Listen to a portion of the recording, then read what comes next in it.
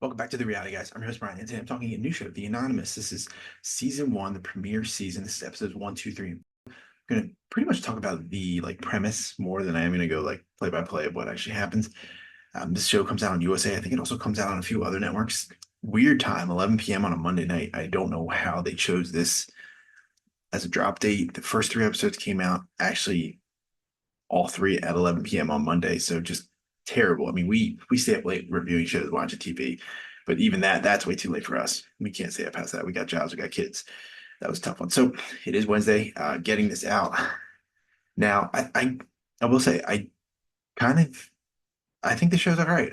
So far, I think it's pretty good. I kind of enjoy the premise.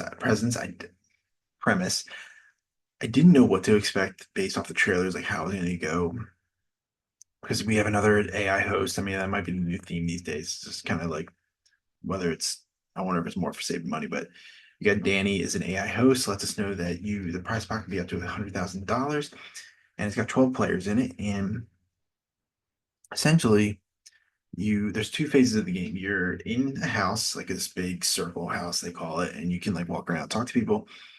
You sleep in the square, or I think it's called the square house. I think it's the square house. Um, Yeah, the roundhouse is this one you can talk to people with your true identity. The square house is where you sleep, and I guess you have your little private time.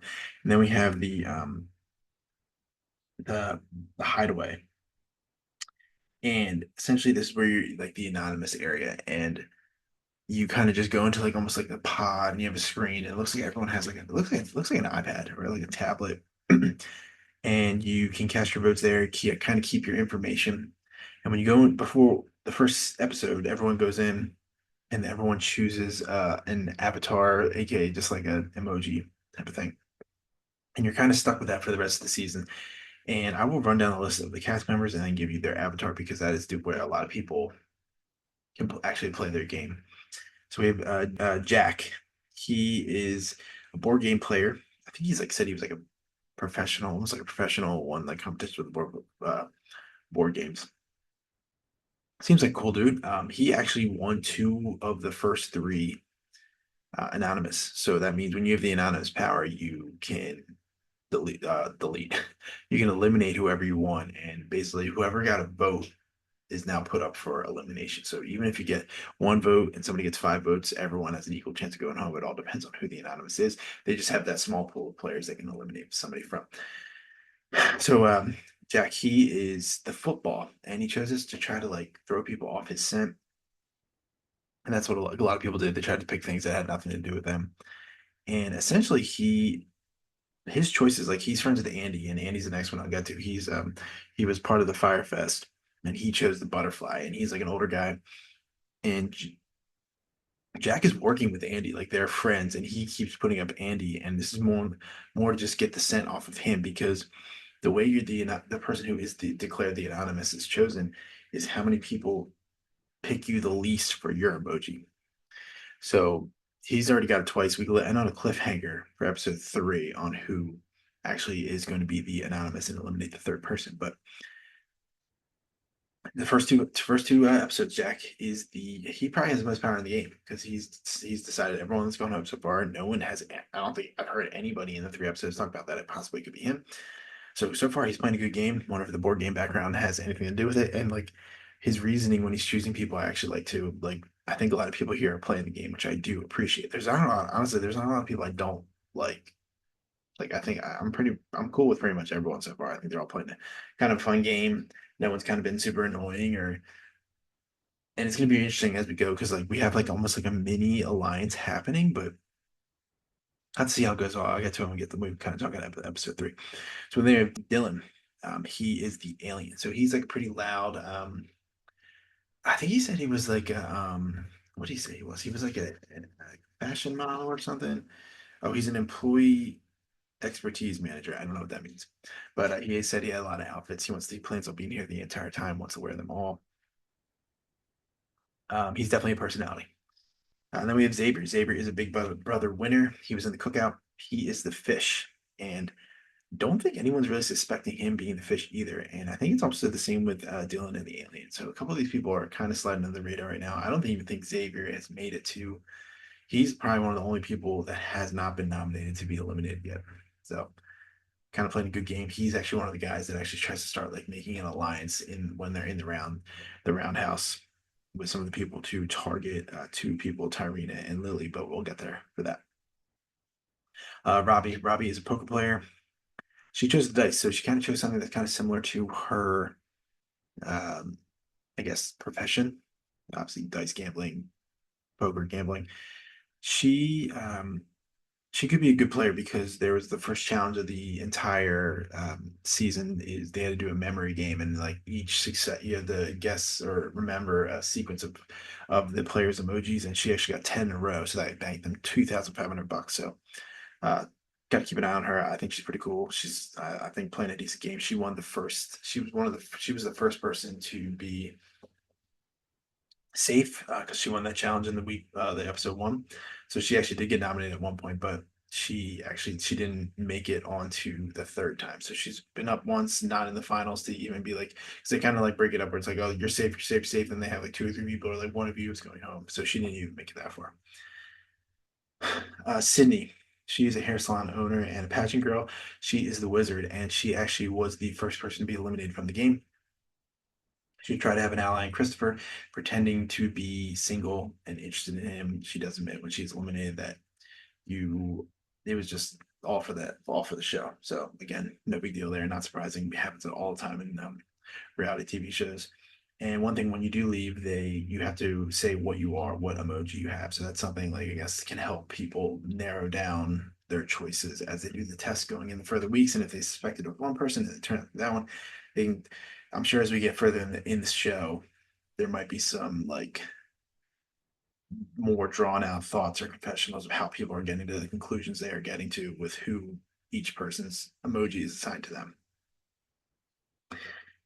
Then we have Marcel. He's a video game streamer. He is the dollar sign. So one thing I have on my notes here that I think is funny is like it's always really funny to me when people think that people who play video games are like they're like, oh, he'd be so good in this anonymous mode, and it just makes me laugh.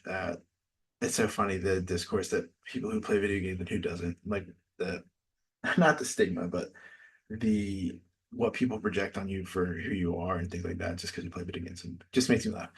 He's been a target. I think he's been nominated three times, but he keeps getting out of it. He actually is safe on the third challenge where they have to do like a kind of like what's in the box like do you want to keep it, do you want to give it, or do you want to keep it or you want to pick a new one, or do you want to keep it, do you want to take it, like, and he's one of the first people to take it. He actually has the safe box. No one challenges him. He acts I think more stressed out than he is to kind of get people to think that he does have something bad. Tyrina, she is ex-military. She's actually a truck, so it's kind of like and she makes a joke about it, I think in episode one that she's kind of similar to Optimus Prime, so it's like a one of those big truck heads.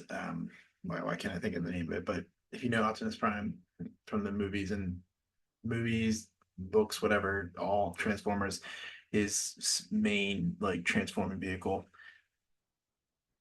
Yeah, I thought it was funny. She made a joke.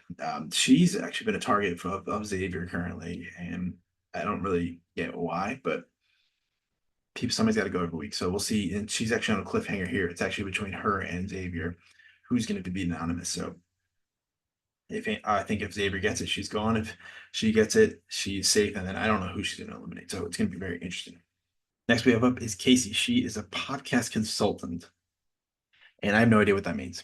That was one of the jobs that I was when I had to double take on reading what that actually was because I have no idea what that means. Podcast informative consultant. I think it's a true like three-word thing they gave us. I have no idea what that means. If anybody knows, let me know because this is a podcast right here. What does that mean? So she's actually the shark, and she's actually the second person to get eliminated, and she only is eliminated with one vote. So she just kind of snuck into the second elimination just by being one vote given. So that's I think they made a point in episode three. It's like doesn't matter how many votes you get, if you're nominated, you can go home. So it all really depends on who is the anonymous. Next up, we have Lily. She chooses to be the pizza. She started off the game kind of getting some attention because she wasn't talking to anybody and not really connecting to anyone. So she's actually been on the block every time. So that's why her and Taverna are being targeted right now by Xavier and his alliance.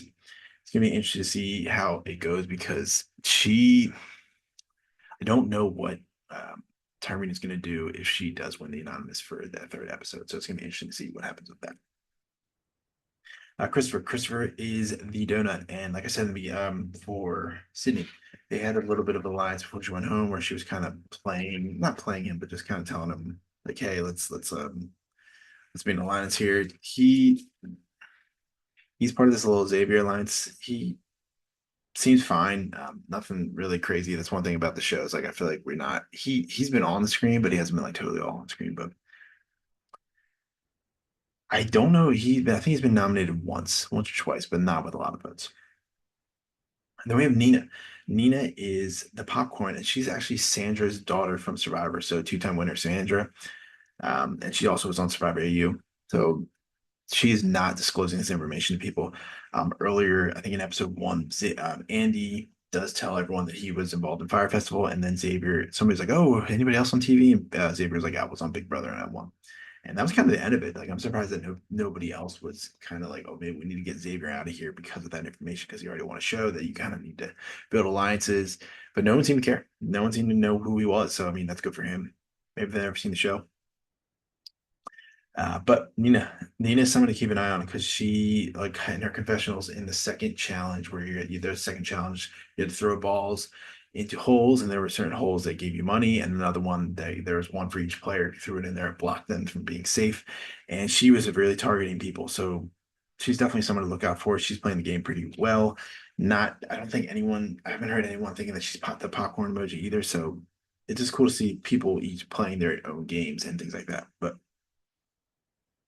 so basically, the premise is there's a challenge every week, and they sometimes do the anonymous chat before, like the voting before the challenges, and that's kind of how episode three was, where like the people that were nominated to that could be eliminated had only played in the game to be safe. So it just depends on what they're doing each week. But I will say I am kind of I'm enjoying it. I saw so many commercials for it, and I'm sure other people did too, where it's just like, when is the show actually coming out? Like they just kept pushing and pushing and pushing. But try to have some more. Well, obviously, it's going to be weekly after that, one episode a week. Bill should be on for that one. We're going to try to get Kyle Petty from the Strat Chat on because he's interested in the show as well. But again, they just this huge drop. I just wanted to get something out beforehand because I know that people might be watching it and they like, hey, maybe I need to check it out as well. Let me know what you think of the show. I thought it was all right so far. I always a new show. You never know how it's going to go, but I think the personalities aren't like overbearing. Like they can just cast stuff for people to just be on a show to like get exposure, and I'm sure that is the case here. But I don't find the personalities to be that crazy. Um, I think it's a good show. I'm gonna keep watching it. We will definitely keep having reviews out for it. But let me know what you think. I think the pot up to now is like 32,000 because the third challenge didn't really have a money. It was more of a safety measure. So 32, I think it's $32,150. $32,150 is where we are currently at.